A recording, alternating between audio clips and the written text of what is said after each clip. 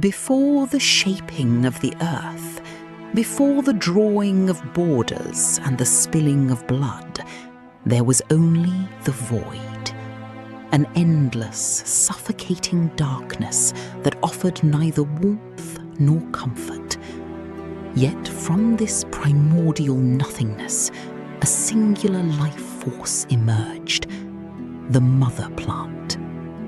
Her roots pierced the emptiness, anchoring reality itself.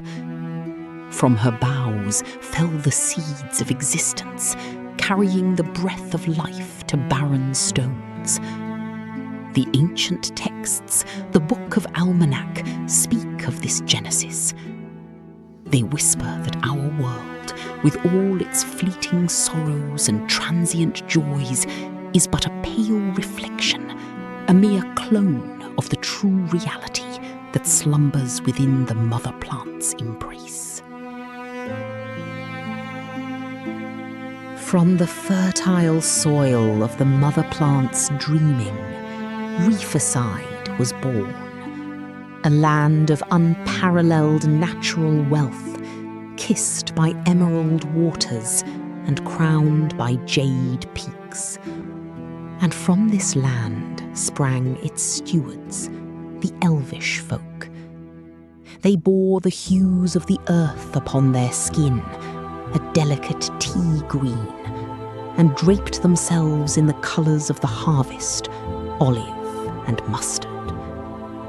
They were a people of varied countenances, much like the races of men, yet bound by a profound, intrinsic connection to the soil.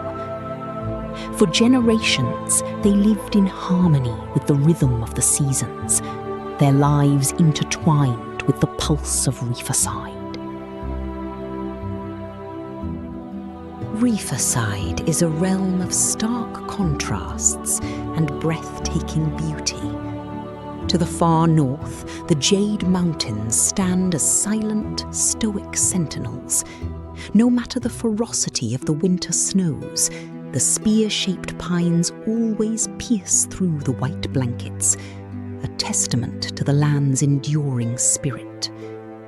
Just south of these frozen peaks lies the heart of the realm, the verdant forest. It is a sprawling, living labyrinth that claims nearly half the map. Within its dense, shadowy embrace lie countless settlements, hidden forts and shimmering lakes. It is a place of ancient magic and deep secrets, where the trees themselves seem to watch and listen. Beyond the southern edge of the verdant forest, the land descends into madness. This is the Groen Marsh, a primordial maze-like jungle swamp that time forgot. It is a treacherous expanse of murky waters, twisting roots and suffocating fog. Few who venture into its uncharted depths ever return, for it is home to beasts of a bygone era and perils unseen. It stands in stark contrast to the east, where the lushness of Reefside abruptly ends, giving way to the Chartreuse Badlands, a desolate, sun-baked desert of shifting sands and jagged rocks, where survival is a daily battle against the unforgiving elements. Yet, civilization thrives on the fringes. In the northwest lies Caledon City, a beacon of intellect and spirit. It is a sanctuary for philosophers, scholars, and wizards, its streets lined with grand museums and quiet monasteries. Far to the southwest, bathed in the salt spray of the ocean, is Emerald Bay, a massive port city where ships are born and fortunes are traded. It is a rugged place of fishermen, whale hunters, and merchants, where the air is thick with the scent of the sea and ambergris. A giant lighthouse stands offshore, casting its long, lonely beam across the dark waters. But the true lifeblood of Reeferside, the gift that shaped its history, is Cincy Miller, or Cincy as it is known. It is a revolutionary species of hemp, a miraculous plant woven into every facet of daily life. It is the medicine that heals the sick, the fibre that builds homes and weaves garments, the incense that bridges the mortal realm with the divine. It drives the economy, fuels industry, and in darker times is even weaponized for war. For centuries, Cincy was a blessing, a natural birthright freely given by the earth. But where there is value, there is greed. And where there is greed, there is control. Deep within the heart of the verdant forest lies the Indo-Empire. It is not a place of peace, but a fortress of power. A defensive kingdom entirely surrounded by the ancient trees. A military state where discipline and order reign supreme. Every town and village within its borders, though unique in character, bends the knee to the empire. The Indo-Empire was forged in iron and blood, its armies feared across Reeferside. But even the mightiest walls cannot protect against the rot from within. And even the strongest empires can overreach. The empire's ambition proved its undoing. A disastrous military campaign left their forces scattered and their coffers empty. The cost of war is steep, and the Inde Empire found itself drowning in a sea of insurmountable debt. To rebuild their shattered armies and appease their ruthless creditors, the government, a body known as the Honourable Council, sought a new source of wealth. They turned their greedy eyes toward the very lifeblood of the land. They turned to Cincy. The Honourable Council convened in the shadowed halls of power. With strokes of their quills, they birthed a tyranny disguised as law, the Yerba tax. They proclaimed that Cincy was being abused, that its unchecked cultivation was a threat to both the economy and the ecology of Reeferside. It was a lie, crafted to seize control. The High Court decreed that anyone cultivating or trading Cincy without the Empire's expensive licenses, permits, and authorizations would face the full, devastating wrath of the Indo-Empire. The new law was a yoke placed upon the necks of the people. Before the Yerba tax, the Empire had slowly tightened its grip, dictating who could use the plant, how much, and where. But the new act was absolute. It criminalized a way of life. Honest farmers became outlaws overnight. The plant that grew freely from the earth was now the exclusive property of the state. The people of Reeferside watched in horror as their birthright was stolen, packaged, and sold back to them at the point of a sword. Over a century passed under the crushing weight of the Yerba tax. The unity of Reeferside shattered, the realm splintered into fractured colonies. Some, out of fear or greed, aligned with the Empire. Others, lacking the strength to fight, brokered bitter compromises. But many refused to bow. They held fast to their own visions of how Sinchi should be nurtured and shared.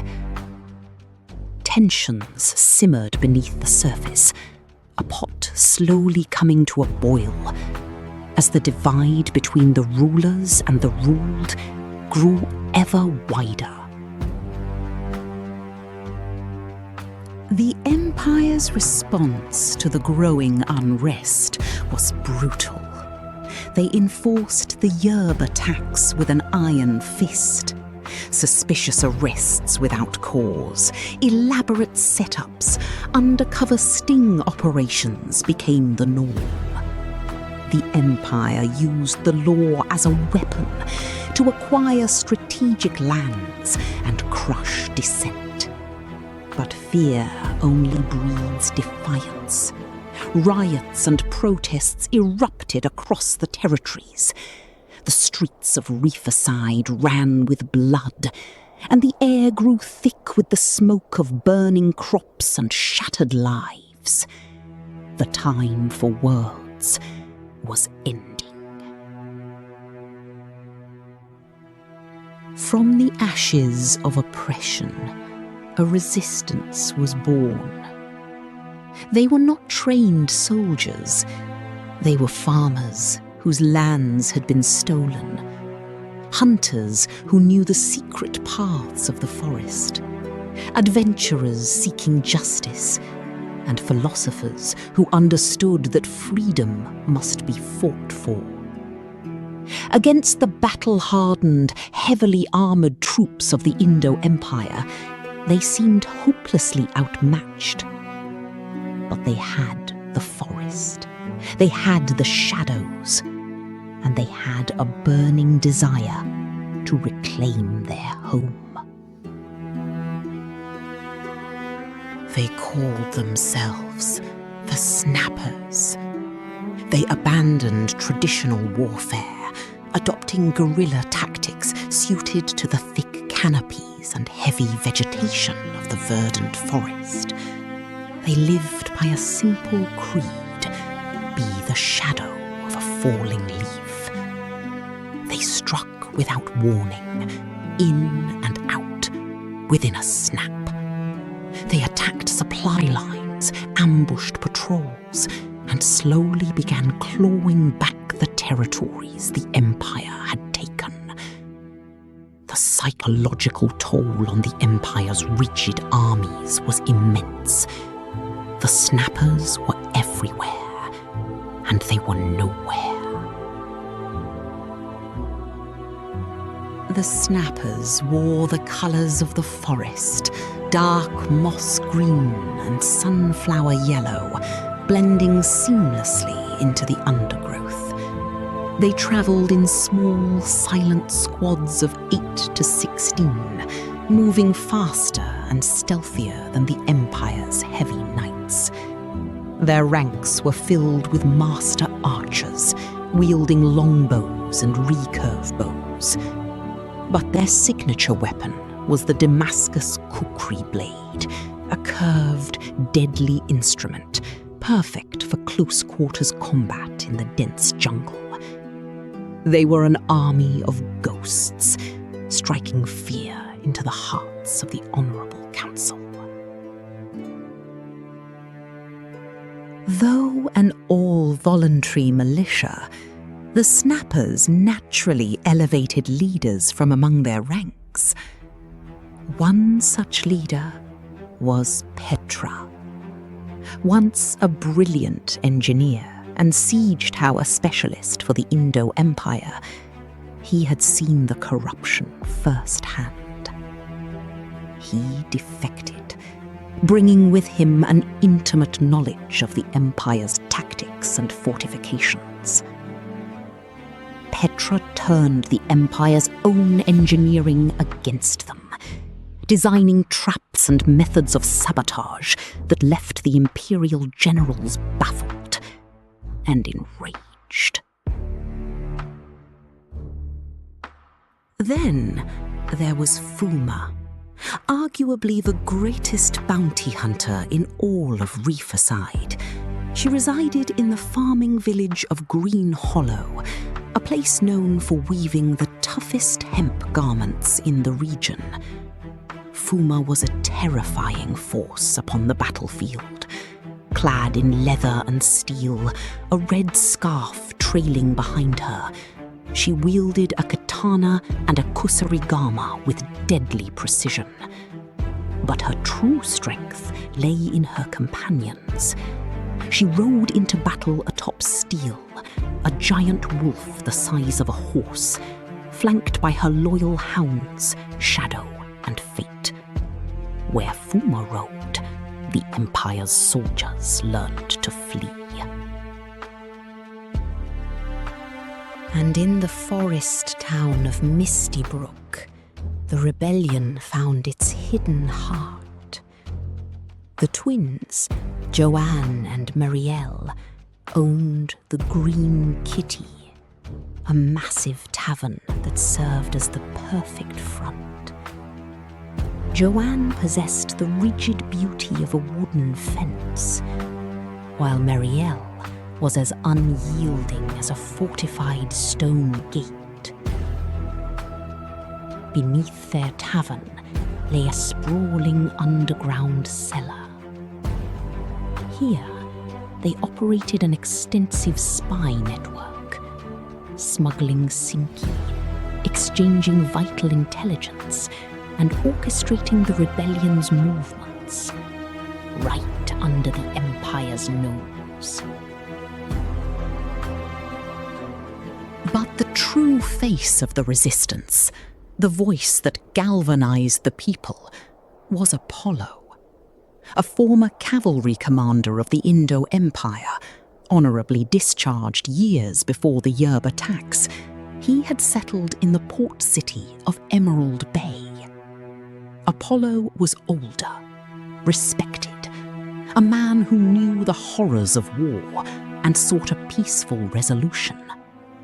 He used his connections with the Empire's generals to plead for diplomacy, arguing that a plant growing freely across Reeferside could not be owned. But the Empire does not negotiate. The Honourable Council accused Apollo of orchestrating the uprisings. They decided to silence the Speaker of the People. A platoon of 50 heavily armed soldiers, led by Lieutenant Fox, was dispatched to Emerald Bay to convince Apollo to stand trial. But as the soldiers marched through the streets, the mood of the city darkened. The citizens of Emerald Bay, a hardy folk of fishermen and retired military, saw the Empire's arrival not as an arrest, but as an occupation.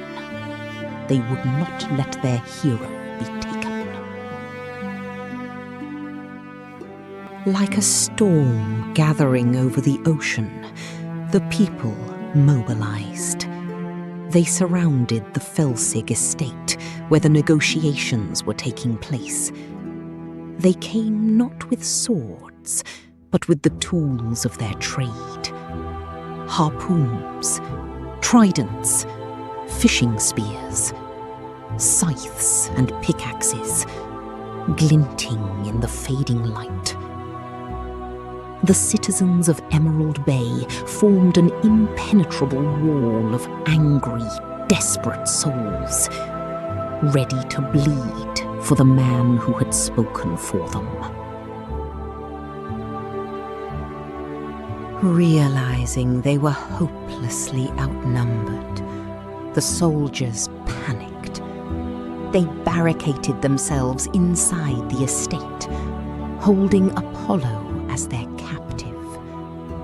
Lieutenant Fox, desperate to regain control, dragged Apollo out onto the balcony. He demanded that Apollo order the mob to disperse, threatening that anyone who remained would face the Empire's wrath for treason. The soldiers believed Apollo would comply, that the old commander would choose peace over a massacre. But Apollo looked down at the faces of his people. He saw their fatigue, their hunger, their righteous anger.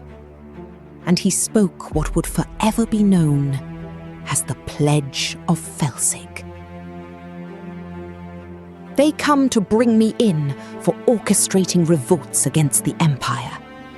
But looking around me now, I see that you come together naturally when an injustice has occurred, when those with power use it to abuse instead of protect. Wars are always created by demons and monsters, fought and killed for by men, women, and children, and paid in full by nature. The fatigue of such harsh realities is driving our people into madness. The time for compromise is over. The time for revolution is now.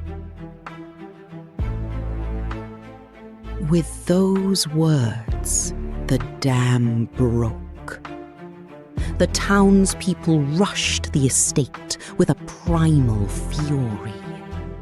The overwhelming odds made quick work of the platoon. The Empire's armor was no match for the sheer, desperate force of the mob.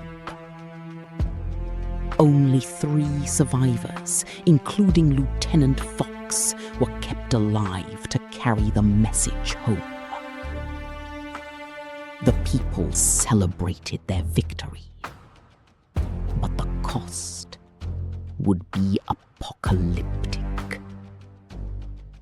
Word of the uprising reached the Indo-Empire before the blood had even dried. Emerald Bay had struck the first blow, and the Empire would answer with annihilation. The Indo-Empire unleashed its full might. The war machine awoke from its slumber.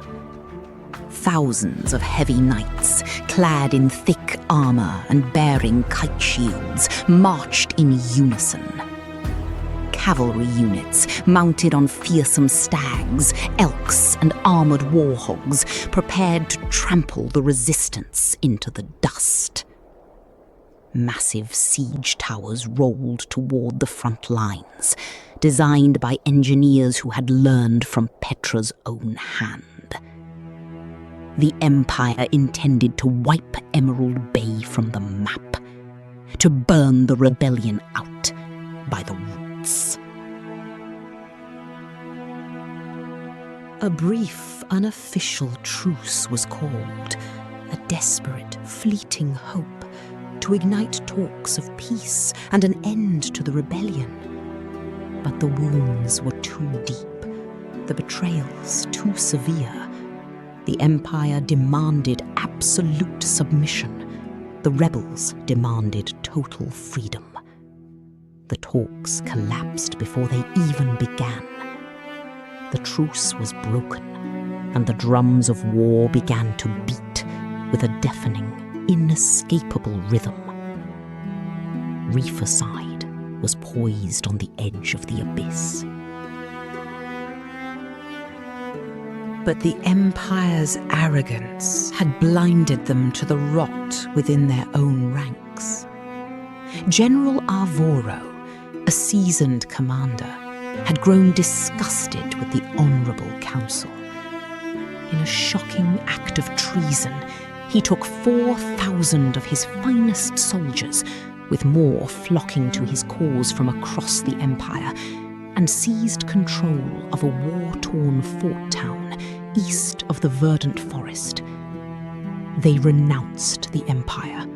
They declared themselves the Mali, the true loyalists of Reeferside, the ultimate protectors of Sinsamilla.